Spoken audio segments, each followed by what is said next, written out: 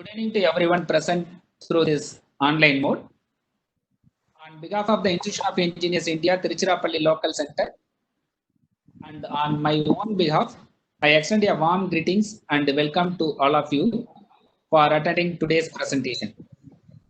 Every year, Institution of Engineers India, Tiruchirappalli Local Center celebrates World Telecommunication and Information Society Day. It is on 17th May. But IITLC celebrates today because of unfortunate prevailing pandemic situation. The theme of this is Connect 2030, ICTs for Sustainable Development Goals. Amidst us, we have Dr. Narasimha Sharma, NBS, Technology Tiruchirappalli, to deliver the theme address.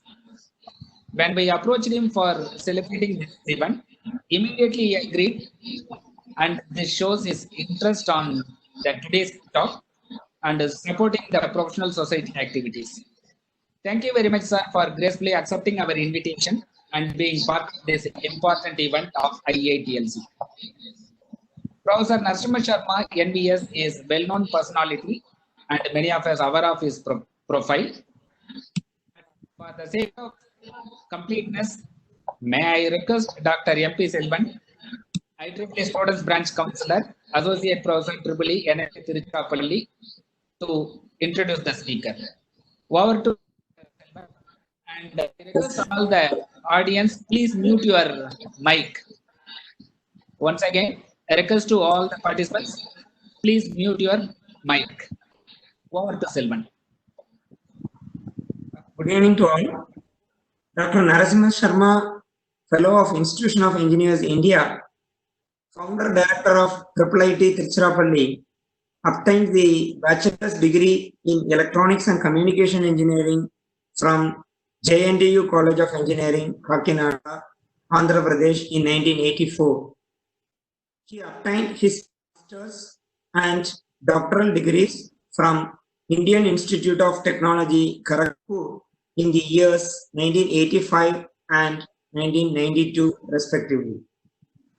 Dr. Sharma worked at Tata Institute of Fundamental Research, Mumbai from February 1986 to July 1987. He has been with the Department of Electronics and Communications Engineering at National Institute of Technology, Warangal, at various positions, including Head of the Department of ECE and Academic Affairs of the Institute. He has been the recipient of Best Researcher Award of NIT Warangal for the year 2016. Dr. Sharma is Chief Investigator for the E&ICT Academy set up at NIT Warangal by Ministry of Electronics and Information Technology, Government of India, New Delhi, for the improvement of employability of engineering graduates through faculty training. He is a member of academic councils of several universities, including NIT Andhra Pradesh. He is member of Board of Studies of many institutions and universities. He is also a member of selection committees of defense scientists. His areas of interest include sensor networks, numerical electromagnetics, and antenna arrays. I welcome Professor Narasimha Sharma to deliver the talk. And yeah, it's a very important topic which I have learned in the last 1 week time. And I have learned many things. For that also, again, I thank the Institute of Engineers for giving me this. So let's start this presentation. I may take about 30-35 minutes. That's what I hope. Okay. And I am also somewhat new. So doubts I may be able to clear to a certain extent. But let's start. So this is theme is sustainable development through ICTs, and we are connecting to 2030. So let us start from what do you mean by development first. Okay, and what is sustainable development, and what are the issues in this. Then we'll go to how ICT is coming up in this aspect and how ICT can be used, and what is a model or a framework that can be considered for the next 10 years to realize these sustainable development goals. Okay, so let's take it as a class in as usual. So what is development now? Development is having better lifestyle than yesterday or last month, last year compared to earlier times. What is that? Having a beautiful house with air conditioning, smart TV, etc., etc., having a luxury car, having a smartphone. Okay, all these things can be considered as development. So if you want to get this good house, ACs and luxury car, etc., all these things, what we need to do, we have to intervene onto the natural systems. Okay, and naturally some natural resources will be diminished. If you use your car, petrol will be used and some natural resources are being spent. So development definitely asks for intervention into the natural resources. But what do we mean by sustainable development then? Sustainability, the word itself indicates that it is preservation of natural resources for an indefinite period for the future generations to use. Okay, so it is like using only solar energy. As much as you use today, maybe tomorrow, day after, or decades later also you will get it. So future generations will not have any problem. Whereas if you use coal or petroleum or some other resources, then they will be exhausted and future generations will not be able to use them anymore. So they are not sustainable. Whereas the natural resources like solar energy, hydel power, etc., are considered to be sustainable resources. So the pillars of sustainability are economic development, social development, and environmental protection. These are the three important pillars of sustainability. So what we mean by sustainable development now? Sustainable development means we will be developing compared to yesterday, like we will be having better facilities or better comforts in our homes, etc., but not at the cost of spoiling the ecosystem or environment. Okay, keeping the environment as much as possible and see that it is preserved for the future generations, plus having development at our level. That is what we mean by sustainable development. I think I made myself clear. Okay, so without compromising the ability of the future generations to meet their needs, we should have some development at our present case. That is what we mean by sustainable development. So for this to achieve, there are about 17 goals that have been suggested, okay, internationally. So let me go through one by one a bit quick way and come to the discussion of how to achieve these things. So what is the goal one? Definitely no poverty. Okay, people should not cry for food and basic amenities and all those things. They should be able to get those things, and above everybody we expect them to be above the poverty line. So as you see here, in this context of this sustainable development, etc., we see this no poverty case as everybody should have a bank account to have some digital financial services. As we see in the recent times also, once the bank accounts are opened for all the people in the country, the government is able to transfer the benefits directly into their bank accounts. No intermediate sources, nothing in between and all those things. And direct bank transfer definitely helped millions of people in this country in the last 5-8 years, what we have seen. So this is what the new generation can do in terms of achieving this goal one. The second one is zero hunger. Like people should not die due to the hunger. How can it be achieved? Means you can think of having the crops and yields coming up and see that the food products are coming in regular intervals in good quantities to all the people concerned. In today's world, we observe certain times like onions are abundant at a particular time and they throw on the roads and don't get money, and the farmers will be crying. At some other time, maybe 3 months down the lane, you see that again onions are sold at 100 rupees per kilo, because we don't follow any particular patterns to produce these things. Similarly, tomatoes and all those things you must have seen. So that type of situation should not be there. The market should be fed with all sorts of vegetables and other food products in continuous way without much of a problem of this famine or other excess products coming up and all these sort of things. So this is about the zero hunger, what we need to have. The third one is good health and well-being. As usual, we know we need to have good patient information with all the local hospitals, and also we should think of going for telemedicine and all those things for better connectivity with your medical people, so that emergency medicine can be attained and many other benefits can be there for the telemedicine wise. So this is third one, what they expect to go for it. And quality education. You know now what do we mean by quality education? You are seeing millions of institutes giving degrees online, offline, every line, and all sorts of things. But definitely what we mean by that is we need to have the people coming out of these institutes with good digital skills. Okay, so we'll discuss more about this at a later stage again.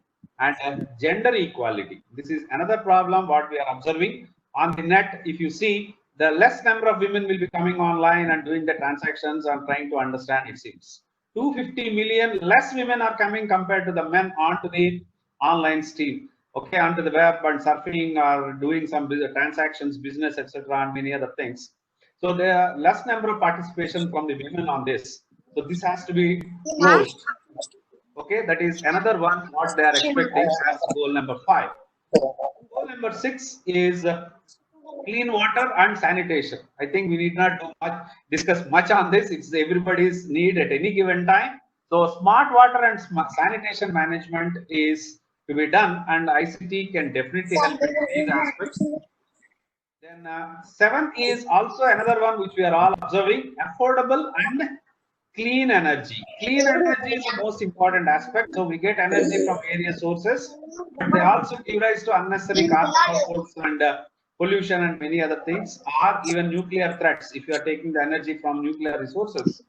So all that should not be there, and what we get must be clean energy, like hydel energy or solar energy, and it should be affordable for the normal people. So that is another one what is a goal of 7. 8 is another one which we are all concerned with very much, that is decent work and economic growth.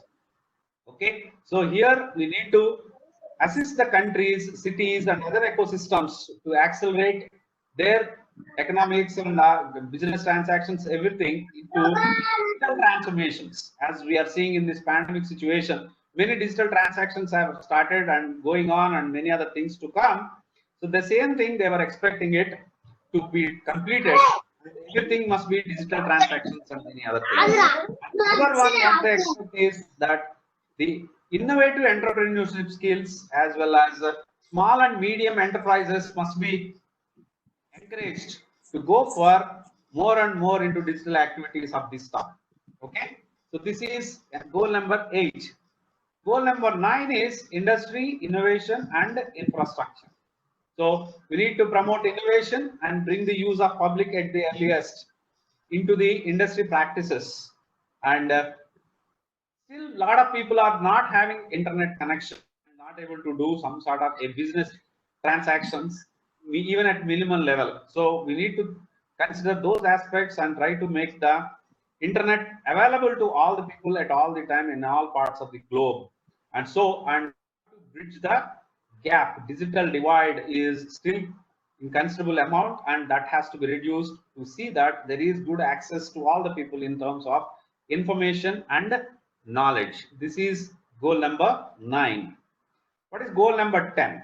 Goal number 10 is reduced inequalities. As we know, inequalities exist within the country and between countries, within the communities, between the communities, and many other aspects you can see in inequalities, and these must be reduced as low as possible. So this is another goal. Number 11 is sustainable cities and communities. Cities are growing just like that, and you see a lot of unnecessary growth is happening and spoiling the water tables and the pollution and many other things are happening. So that should not be the case. Cities should grow, get better comforts and everything. At the same time, they should not intervene into the ecosystems, natural systems, and see that cities are sustainable ones, are habitable ones even after some 2 decades or 5 decades later and all those things. So sustainable, please remember the word that it is to keep the things even for the future generations.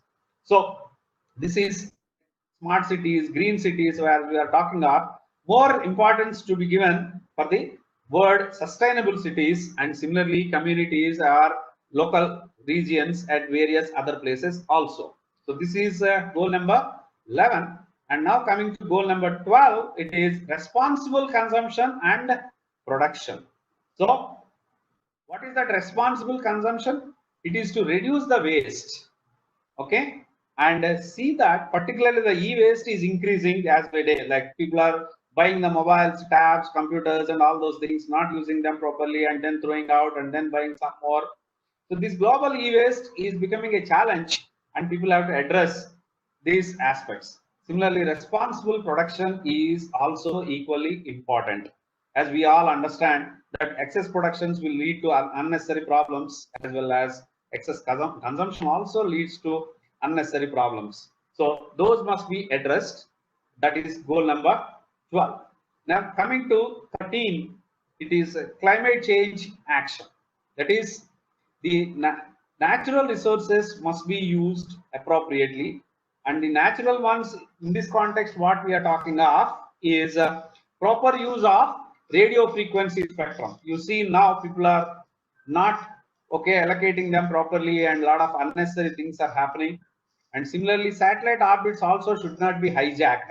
Some people are taking away the satellite orbits and not allowing others to keep their satellites for communication purpose, global positioning systems, and many other things. So such practices should be curbed, and energy requirements must be properly estimated well in advance, and use the resources for the energy requirements appropriately, like the thermal power stations and other things. You must be able to operate in a smart way compared to earlier situations. Like in summertime, you make them on; during rainy season, you make them close because the hydel power is available. Like this, must be able to use them very, very judiciously, and see that the carbon outcome coming out, carbon footprint is minimized in those things. Then similarly, goal number 14 is peculiar one, which is again having some problems. Like the marine life is also finding some threat from the human beings, because we are taking away a lot of marine life, like fish and many other things, from the sea level or from the rivers and all those places. And some natural resources are also being taken out, like you see Bombay High, etc. We are taking out the oil from the sea surfaces.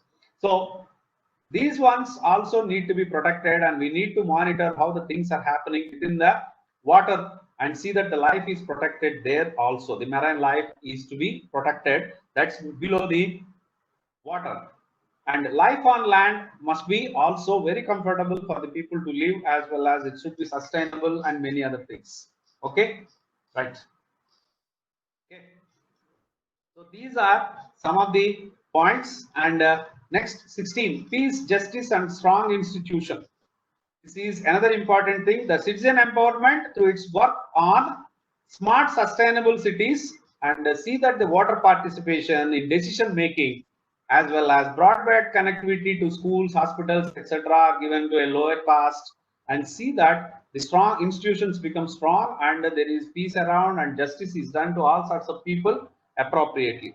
Okay, so this is, and power of partnerships. This is another important thing which has to be taken immediately by all the governments in all activities of the public, by government as well as in major institutions. The public opinion, public interest, public things also must be taken, and for that the ICT can help in a big way. So the partnership between government and other major institutions and the public must be encouraged and to be reached as high as possible. Okay, so these are some of the 17 goals which are suggested to reach the sustainable development.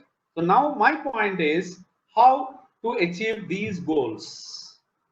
Okay, so what we are expecting finally is it's a multi-sectoral partnerships, government and other organizations, academic institutions, etc. must participate. Companies also must participate, and everything must be participating through ICT empowered transformation. And finally, what they want, that it is a society named as networked society. Everything is well networked, everywhere to everywhere there is good communication. That is government, general public, and the institutions of various types. They are all well linked through these ICT methods, so that there is good information exchange. So this is all the revolution what they are expecting.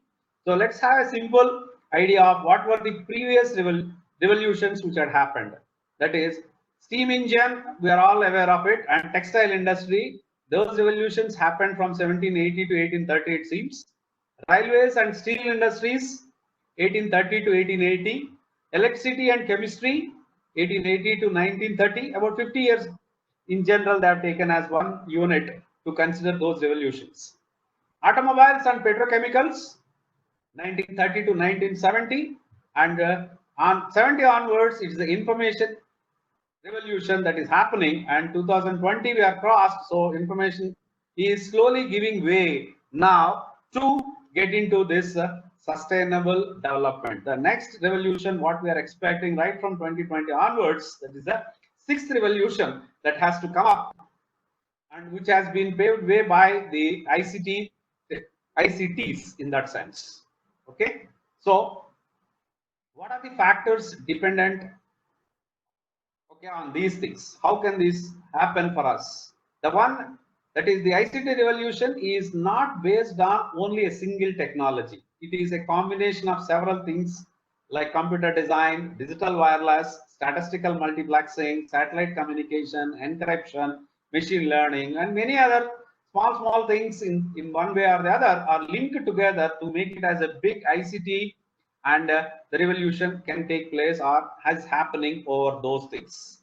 And in this, what is important, what is most critical is the acceptance of the public of these ICT based solutions. Okay, earlier also you must have seen there were many apprehensions, like if you use a credit card, if you use a debit card in ATMs and all those things, something nonsense can happen, or even if you do this transactions play some apps, there can be nonsense and all those things. There were incidents, but slowly people have started believing all those things, and today good number of people are using these ATM cards, debit cards, and all those things for many of their transactions, online shopping, etc. Similarly, your reservations and other things are happening. So many of these things, you see the acceptance has increased. And another thing that has to come up now is ICT based analysis and decision making. As we all are now talking of data driven decision making has to come, compared to the earlier times of your opinions or experience based decision making, and all those things should not be there completely. And if don't use this ICT properly and you use it in a haphazard manner to achieve these goals, it may make the things worse also. Let's be careful about using this ICT appropriately. That's the only caution which I would like to mention at this juncture. It's like a double-edged knife. Okay, ICT can improve the situation and make the SDGs realizable very fast. On other side, if not used, it can spoil the whole situation as it is. Okay, like fire, as they say, fire is a servant as well as a master. We know how to take care of it. So now coming to this ICT, what exactly is that? This ICT is basically like a general purpose technology.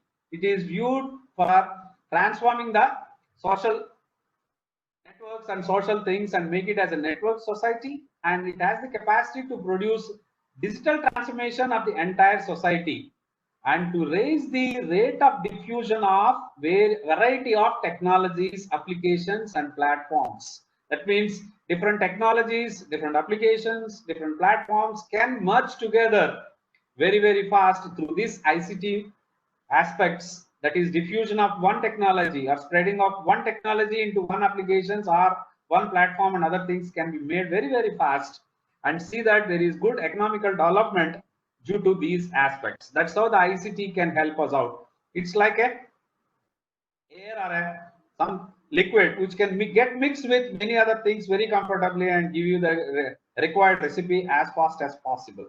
So how ICT is going to help us? ICT is highly correlated with the SDGs. Okay, and the performance of a country can be easily weighed. Performance in terms of these goals, whatever we quoted earlier, can be easily understood by knowing how much ICT is pervading in that country. Okay, there is a direct link, like the gold and the cash, okay, of a country, gold content as well as the cash, right? They are highly correlated. So same way, the ICT is like the cash, whereas the SDGs are like gold. So progress on certain SDGs is more linked with ICT. Certain goals are slightly less linked with ICT. Okay, and overall developed countries will have more ICT score than SDG scores, indicating that they have really incorporated most of the ICT things, but still they have to link them with SDG so that they are. And GDP per capita is a factor that influences the benchmark scores, as we are all seeing every day. And these elements of the ICT as well as the SDG goals achievement and all those things have also direct bearing on the GDP of the country. Okay, gross domestic product, please remember. Okay, so how exactly it can happen? I just put it in the form of some 6 bullets. You can see it can accelerate accelerate the upscaling services in many sectors like education, health, financial, smart agriculture. That's the most important. Please try to see. That's the next one which is going to happen in the next 2-3 years in our country, as I foresee. And second one is accelerate the institutional learning through online communities. As we're all seeing that most of the people are now going for certification through online courses, online teaching methods, and many other things. So that is being accelerated now. Economizing the resources and reducing the cost of services by, okay, that is what is happening now. Many banks and many transactions, online things and other things, that reducing their cost and see that there is economy of their resources. And similarly, you might have seen the bandwidth costs have been drastically reduced for the last 4-5 years, particularly after Jio has entered into this market. You must have seen, okay, the mobile costs have come down, the bandwidth costs have come down, and many other things. So reduce deployment costs, okay, addressing urban and rural realities, drive progress in many sectors, okay, and improve the existing technologies, innovation, connectivity, productivity, and efficiency. Okay, where the ICT can be directly used, as they have identified, is one is the energy sector, then manufacturing, agriculture, mobility, health, and even in the buildings and the construction and all those things also the ICT can be very much used. The most important thing, acceptable maybe less for the ICT, is regarding the public engagement. And first of all, they should be aware of what are the tricks and what are the things that are available in ICT and try to use them. So enhanced public awareness and engagement is another important thing. And then what more is to be done next? Whatever we have is not sufficient.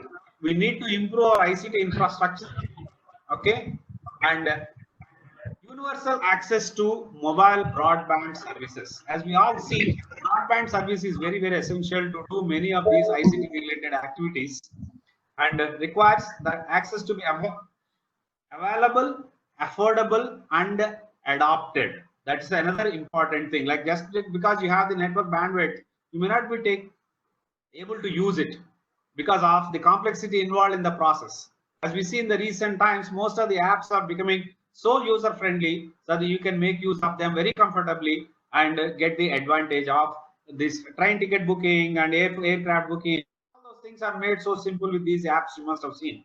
So like that, in all fields of whatever we mentioned earlier, you can see many simplifications are made, and they're also easily affordable, and you can easily adapt them for your day-to-day use. One of the things you must have seen, the maps, Google Maps and other things have come into picture. After that, driving in big cities has become very comfortable to many people. Instead of asking each fellow about the individual roads and other things, now we are able to comfortably reach.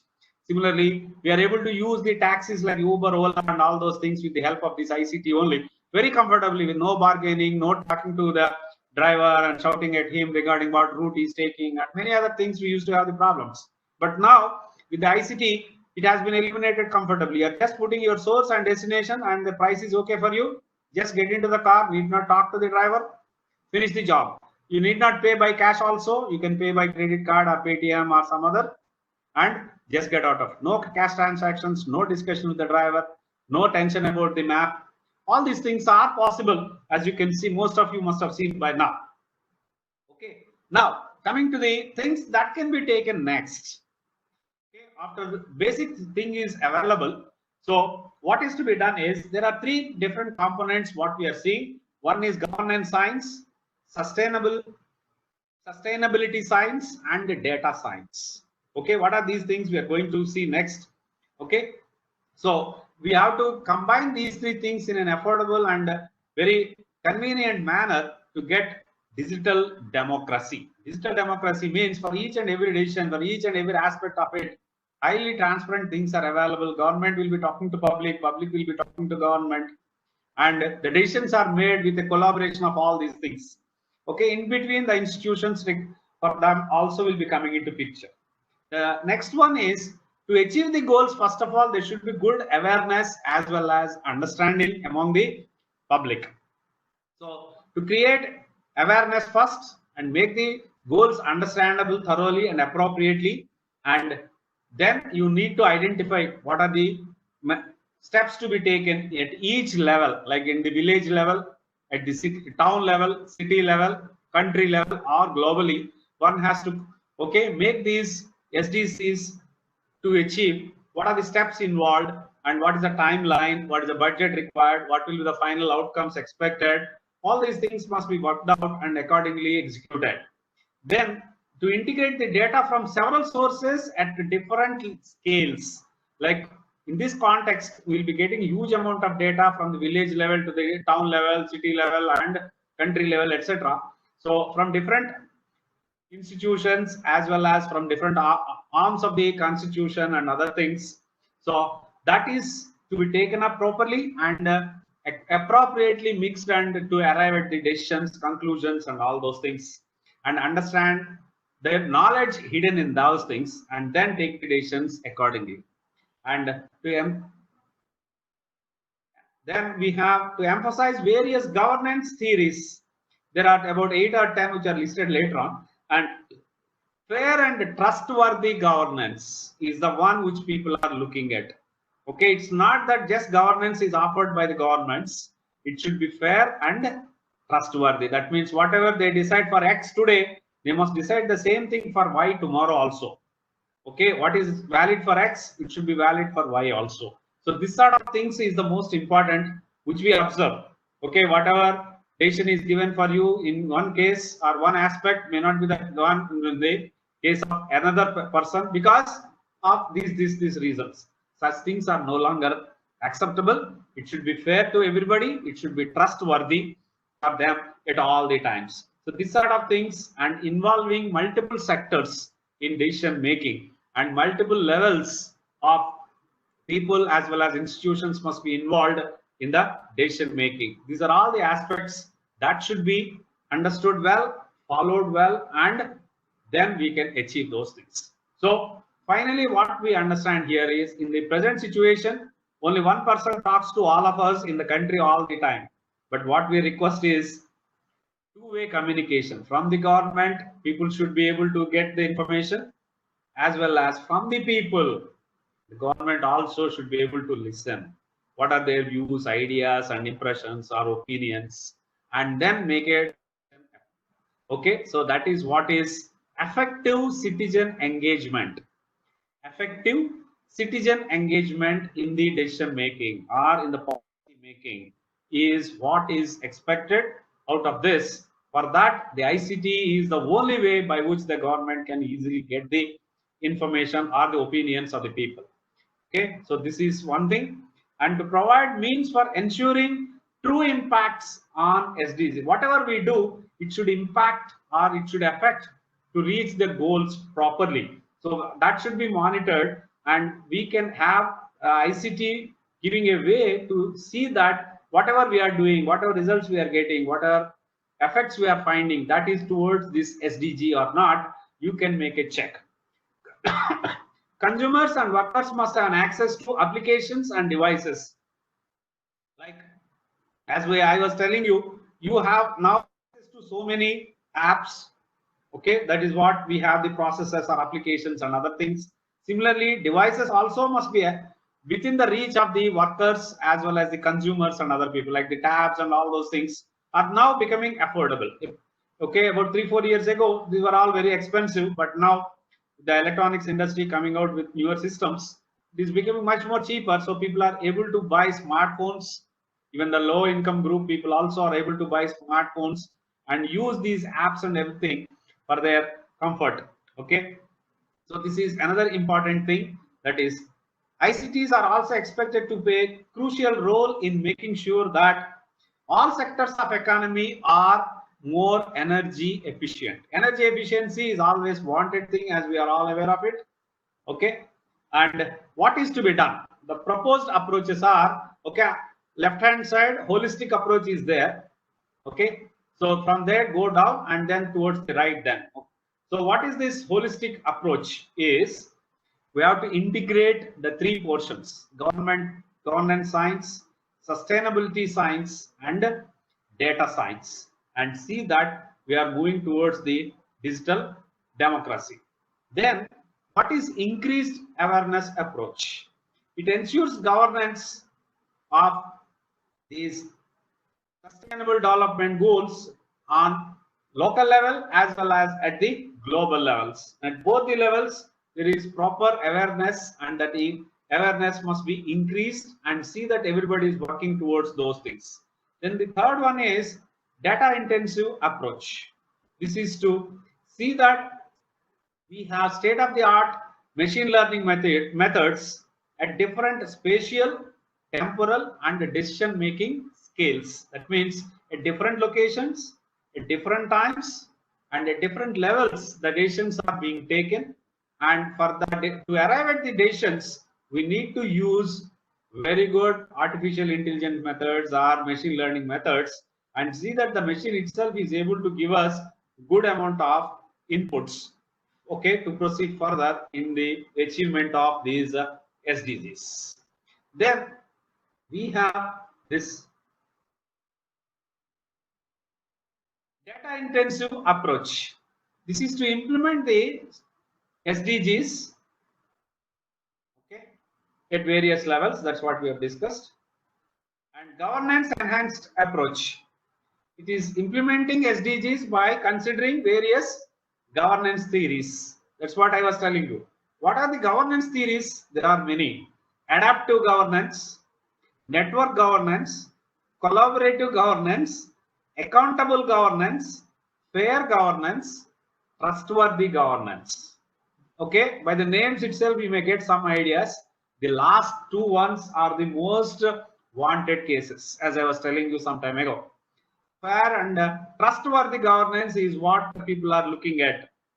Okay, so this is one thing. And two-way approach, as I mentioned to you, like the people should be able to talk to the government, as well as government should be able to talk to the people, more or less in a direct one-to-one manner as much as possible. And okay, decisions must be based on these things. And responsible approach. Okay, so this is by motivating the citizens to participate in addressing the SDGs, the Sustainable Development Goals, and enabling them, those in positions of power, to see that this framework is well followed.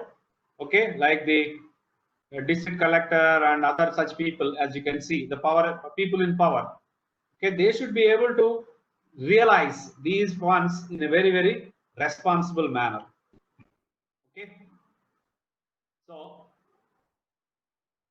this is what we have discussed: holistic approach, increased awareness, data intensive approach, governance enhanced approach, two-way approach, responsible approach. And now let's go to the prerequisites for addressing the sustainable development. As I was telling you, governance science is the most important one. What exactly is this? is the process of steering society and the economy through collective action and in accordance with the common goals. Collective action is what we need to remember, and this is that part is all the institutions, government as well as the public should talk to each other regularly and come to a common conclusion and then proceed further. So it is, first of all, we need to have a networked governance and then proceed that towards fair and trustworthy governance. Then sustainability science. What is it? It is defined as a research in the context of social ecological systems or human environment systems coupled together, like this, the socio-ecological systems. So these are all the conventional words, and now what we are putting them together, all these things as sustainability science. So this must be understood well and see what are the things required for this and go ahead. And the third and most important, where the engineers play a very, very vital role, will be this data science. As we all know, what is data science is? It's collection, preparation, analysis, visualization by various types of graphs, charts, etc., management, and the preservation of data. The data has to be collected at various levels in various ways and other things. Most important part of it is analysis and visualization.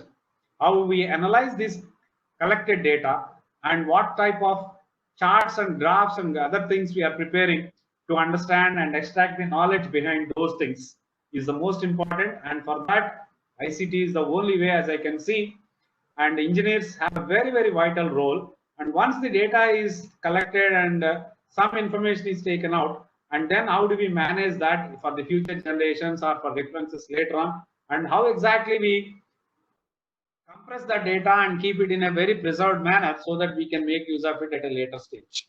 So coming to all these things together, it is a digital democracy what we are aiming at, and using digital tools and technologies, the citizens' engagement can be completely ensured, and the online access to governmental information is possible for all the citizens, and then they can be a part of the decision making process online. So what are the principles suggested for this? There are 4 principles suggested. I'll go step by step for this.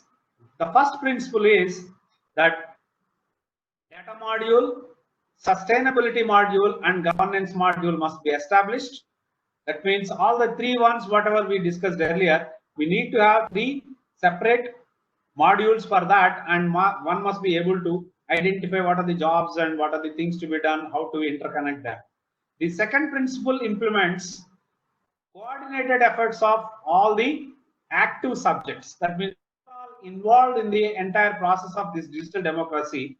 So we should be able to see that they're all doing their job in a very, very coordinated manner. Who are they? The subjects for this: individuals, groups, governments, and intergovernmental institutions like the district administration, the courts, and other similar institutions should work on their own first and see that the efforts of each of these things are towards the common goals. That is, coordinated effort is required. The third principle is various governance theories, as I mentioned earlier, like the network theory, fairness, collaborative governance, and these theories must be used step by step and see that we arrive at the fair and trustworthy governance towards final stage. The fourth principle is it provides incentives and motivations for the individuals to participate in the decision making process. So first of all, the systems must be established, the activities must be properly paced, the governance should start working from the top to the bottom and again bottom to the top. We expect our governance to be at the top, then the institutions in between and various other organizations like companies, manufacturing units, educational institutions, and all that. And at the final stage, there is public. And the two-way flow must be properly established, and see that the final principle is how exactly the decisions are arrived at and exactly it is in line with this. So for this to be achieved, this is the framework which has been proposed. Okay, so the data module, what it should have, sustainability module, what are the components inside we should have, the governance module, what are the things to have in this. Okay, so let us talk about these things. Data module, what are the things to be there? As you see the blocks, it collects, prepares, analyzes, visualizes, manages, and preserves the data, as we told earlier. What are the sources for these three? One is the statistical one. The other one is sensor data, like the weather information, suppose you are taking. So similarly, the sea information you are taking. These are all sensor data. Is it not? So social data is another one, like how many people are there, how many people are beyond the age of 70, how many infants are there. This sort of things are also collected, is it not? Below 5 years, how many kids are there, below 10 years, below 25 years. Like this, we take so much variety of social data for various applications and other things. And there are 3 levels of granularity. That means whatever data we are collecting, we are trying to put it in terms of spatial data. Like in Tamil Nadu, how many people are there of this age group? Or in Punjab, how many are there this? Like this, we try to take the data of various types. How many workers are there? How many farmers are there? How many industries are there? How many educational institutions are there? Like this, we take the data in different levels in spatially. In Tamil Nadu, how many are there? In Punjab, how many are there? In Assam, how many are there? Like this. Temporal, at different time instants, at different stages of the year, or in different years. Last year, how many educational institutions were giving? This year, how many are coming up? And last 5 years, how many schools are opened in village level? Like this, we try to take the data in terms of temporal, time-wise, spatial, temporal, and decision making. The components are there. That's what you can see, the 3 axes: decision making, temporal, and spatial. And the data collection is statistical data, sensor data, and social data. Sensor data, I mean from the rainfall. How much was the rainfall in this part of the country last year, last 5 years, last 2 months? Like this, we try to take rainfall or wind velocities and many other things. So this is all the sensor data only. There is statistical data, you know, how many people are below the poverty line, how many are middle income group, how many are higher income group, how many are purchasing cars. So this sort of various types we take the data. So this is all the statistical data. So this data module must be able to collect and put them into different categories of spatial data or temporal data. Within Tamil Nadu, if you are taking, so there are about 36 districts as I know of. So each district wise, you can divide these things. Again, in district, if you take, again, village level, you can take the data and many other things. And now, the second part of this is more important. The data module has to integrate the linked open data, sensor network data, and data from social networks and blocks. And you must make it as a context-aware realization of these SDGs towards our goals, 17 goals. How much of this information can be put and integrate towards those things, and what is happening, that you must be able to map. And now we must be able to collect the agenda, the 2030 indicators. By what way we can say, yes, we have achieved these goals. Okay, so those indicators we must be able to have in this data module and see how the indicators are growing year by year. And data relevant to SDGs must be collected and used for computing other indicators as well as proxy indicators and analyzing citizens' behavior regarding SDGs. This is another important thing which the data module has to do it. And data must be ready for sustainability module. That means whatever data module is preparing and all those things, we must be able to transfer it into the sustainability module and make it more robust for these aspects, and see that we are able to model the socio-ecological systems much better way. And it also, the data module also must be able to provide the required information to the governance module, the third one which we are proposing in this context. Okay, so these are the jobs which are expected from the data module. And next we'll go to the sustainability module, which is the second one, which is a link between the data as well as the governance. Sustainability module means basically the ecological system, how it is, what is happening to that, and whether we are able to make it sustainable or not. So what are the jobs of this, or what are the expected jobs to be completed? To implement the sustainable development goals or targets at the level of municipality or the city, and next to the district level or state level and higher levels, and to provide upscaling of this data to higher levels for proper actions as well as for proper initiatives, to mobilize citizens to promote practical solutions for sustainable development, provide a platform for ensuring stakeholders' engagement, partnerships, communication, and outreach, for offering the knowledge management, illustrate how and in what ways the municipality or the city can integrate the goals in its strategies, policies, and practices. When the municipality is trying to come out with the new plans, like the plantation plans you must have seen, just before the start of the rainy season in general,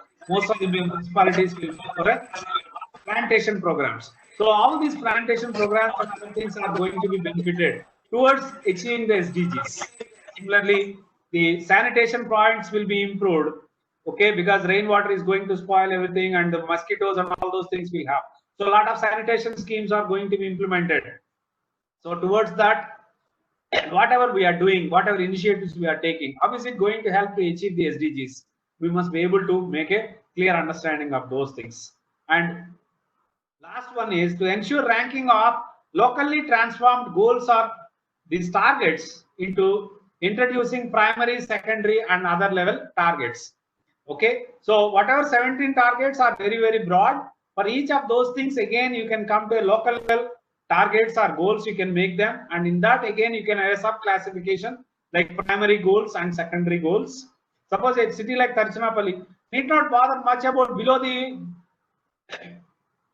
water level, what are the issues and what will be done and other things, because we are much away from the sea levels. But there is a Kaveri water for us, but not much is to be bothered about it. So we can put it in the secondary level.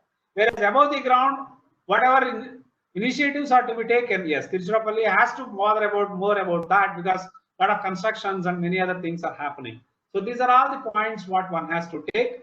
And sustainability is guidance on scientific assessments of locally implemented targets, distinguish various paths for mitigating potential trade-offs. You may start with something, but after some time there may be a deviation. So how to make corrections of those things, how to identify that we have deviated from our goal after certain time, maybe 1 month down the lane or 6 months down the lane, and to maximize the synergies between social, economic, and environmental objectives. This is what is to be done at very, very regular intervals, maybe once in a month, once in 15 days, or once in 3 months, and see that all the things are taken care well, like social activities, economic activities, and environmental activities are taken care well, and provide ranking, scientific evidence, and theoretical foundation for computing the indicators appropriately, and ensure sustainable development is more like a general framework, right? So these are some of the ones. And what about the governance module? The governance module it is to implement various modern theories of governance. In particular, the adaptive, that means the government must be responsive or responding to the people's needs at any given time. That is what is happening, you are seeing now. At this time of COVID, the whole government machinery is to see that the people are protected against this as much as possible. So they are taking the sanitation and many other activities in full swing. Nothing else is going on, only COVID activities. That is what is expected. That is what we mean by adaptive governance. Similarly, network governance, collaborative governance, and accountability is a major one. We all know what it is and how it has to be done, what is lacking in that in India, at least at this point of time. And then introduce and implement novel governance theories. Okay, so novel governance theories, as you might have heard, some district collectors and all those people are implementing, particularly the young and dynamic people you might have heard in many places are coming out with very good governance schemes where the people are getting benefited to a very, very great extent within a very short time.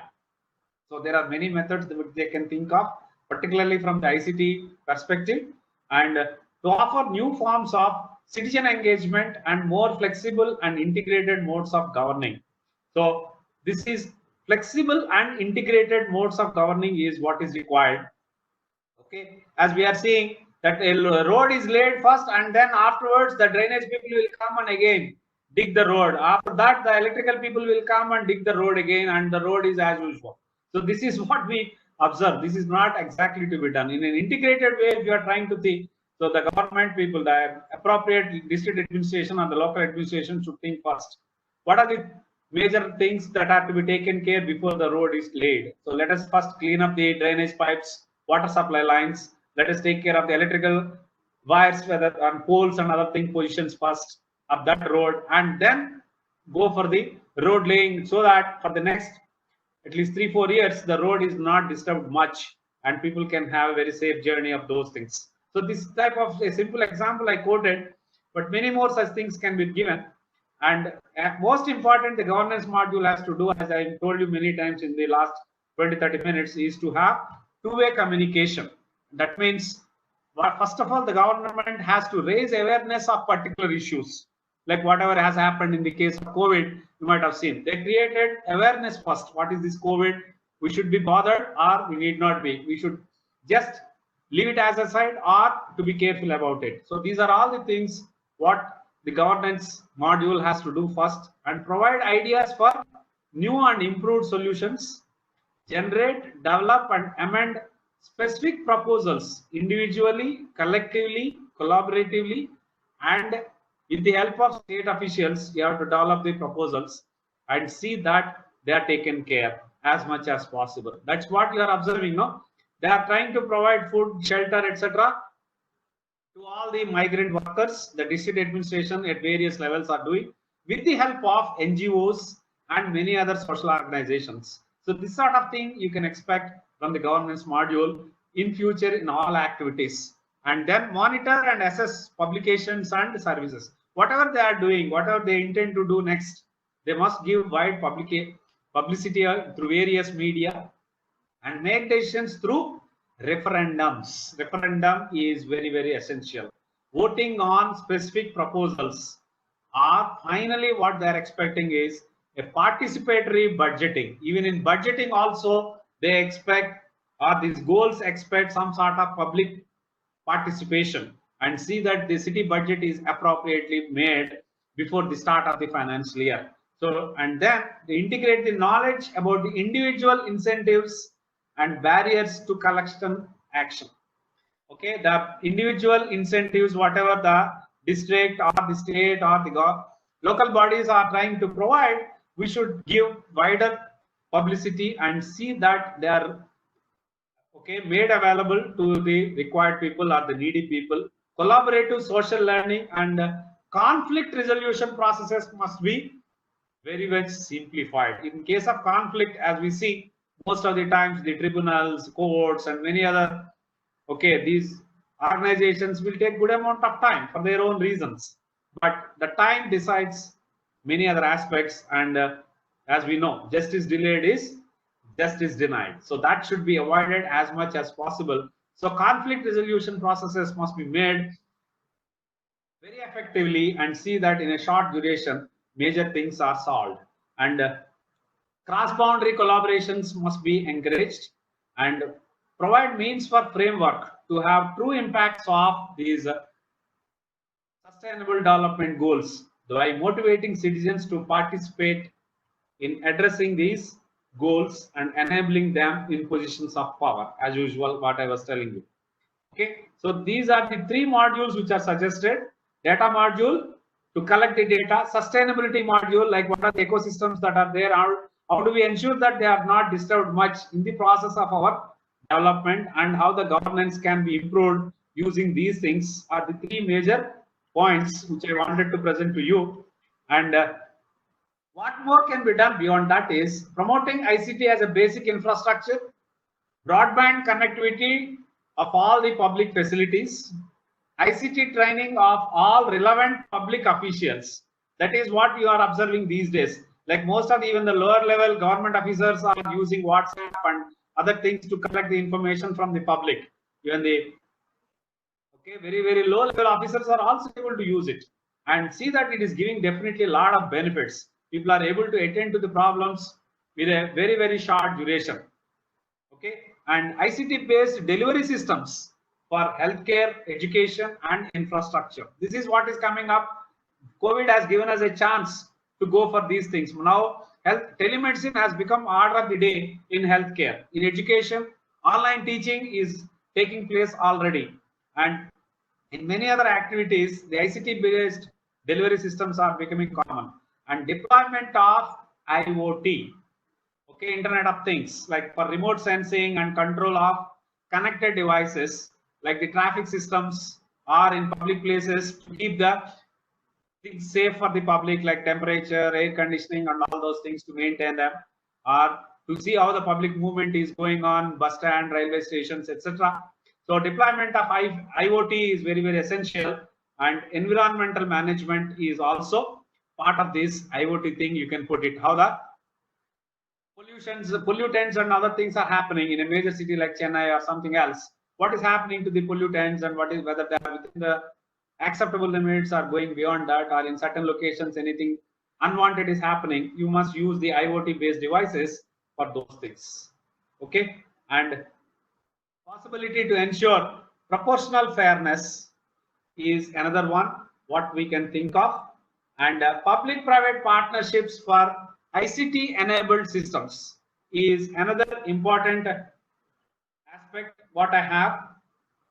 Okay, so please, right, and adoption of the state of the art indicators of these SDGs are identified. Whether we have reached or not, there are some identifying parameters and they are getting updated regularly, so that must be taken into account. And some of the good governance practices are proportional fairness of the governance process.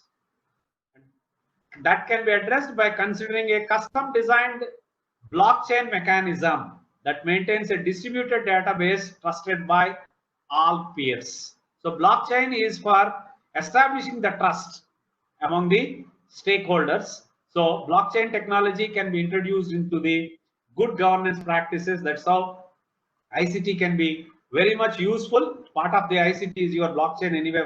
Many of us are aware of it. And one can adapt Hyperledger Fabric for novel blockchain global governance model. Hyperledger Fabric has ledger, uses smart contracts, and is a system by which participants enrolled through a membership service provider manage their transactions. Okay, from one country to another country, or from one big organization to another big organization, the contracts and other things can be handled very comfortably with this Hyperledger Fabric. Okay, so like this, new things are coming up, and ICTs, information and communication technologies, have the potential to increase the threats to our environment, security, and the sense of well-being also. Remember, it's a double-edged knife, or the fire. So if you use it appropriately, it can give you very good results.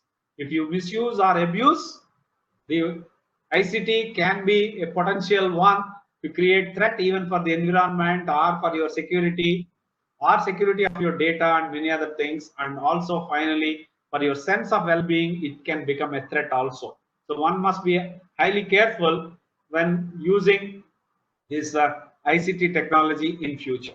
So thank you all for your patientful learning. I think I could make some presentation. And over to Professor Kumaresan, please. Sir, excellent presentation. Thank you, sir. Thank you. So now the audience, if you have any clarifications, please.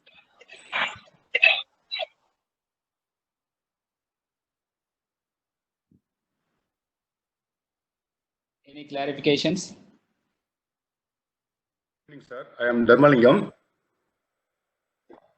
I have one clarification. Which are all the companies which score high with respect to ICT as well as SDG?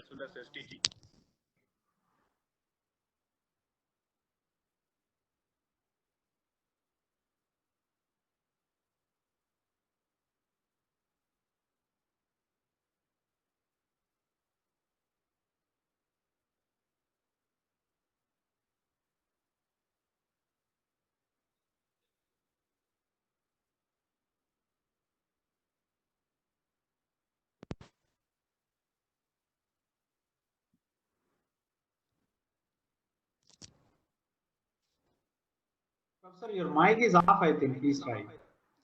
Yeah.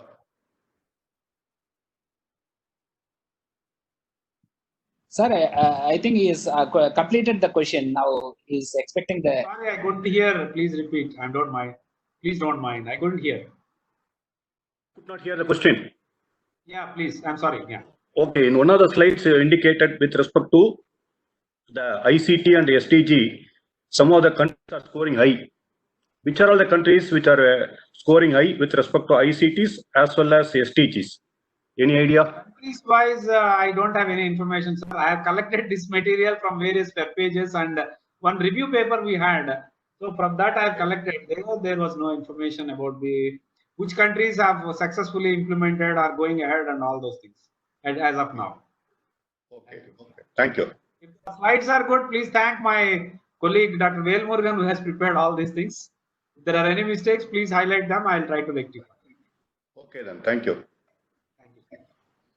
Sir, a question from my side. Yeah. Is it true that the increased usage of mobile or cell phone towers affect the life of birds or any other living It's organism? only a general perception. There is no statistical data or some other research exactly telling us, yes, the reason for vanishing birds and creatures and other things in the nature is due to mobile signals only. Okay. Similarly, people say they will get headache and all those things. There is no research-wise data. It's only a general perception. So, of course, it is good that ICT improves our living standards, but in your speech also mentioned that the privacy is completely in stake if it is not properly used. So, from the user side, I think, what is your advice or any advice? See, we have to be continuously guarding all our security issues and other things. Like today, whatever is okay, tomorrow it may not be. Like Beam app, yesterday or day before, you must have seen. People have been using Beam app for some transactions, like Paytm and other things. Beam app is very comfortable. But yesterday, I've seen in some news magazines that the data has been stolen. And maybe 2 months ago or 3 months ago, you must have seen from the Facebook, the data has been stolen. So, such things are at risk all the time. But Beam app is so useful and so widely used for many transactions. So, plus and minus always. Sir? Yeah, please proceed. Hi, sir. I have a question. As we are concerning about the security, why don't we consider this as a part of the data module or some module? Yeah, it can be implemented. Yes, security is always there and data module must be having it. But somehow in that paper, they're not mentioned. So I didn't want to put my own things. Definitely, security becomes an integral part of the entire story. Definitely. Thank you. Okay. Fine.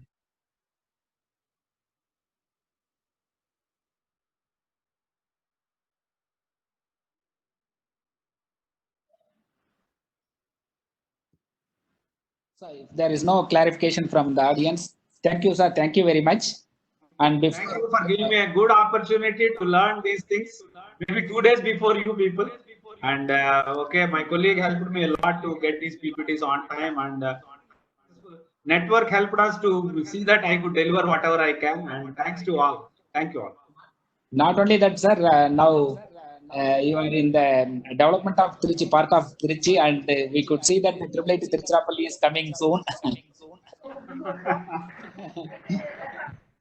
Yeah. So before going to the formal vote of thanks, next week on 9th June, Institution of Engineers Tiruchirappalli Local Center would like to celebrate World Environmental Day.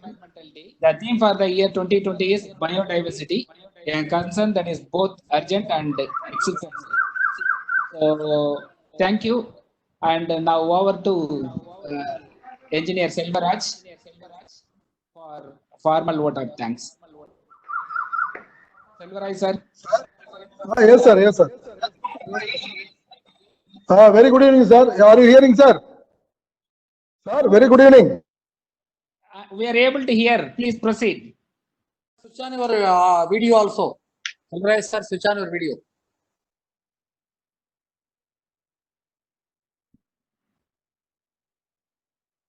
Sir, now we are not able to hear you. Now, sir? Yeah, now it is audible. Okay, sir. We are very good evening to all of you. I am very happy to propose vote of thanks on behalf of Institution of Engineers, Tiruchirappalli Local Center and Computer Society of India, Tiruchirappalli Charter.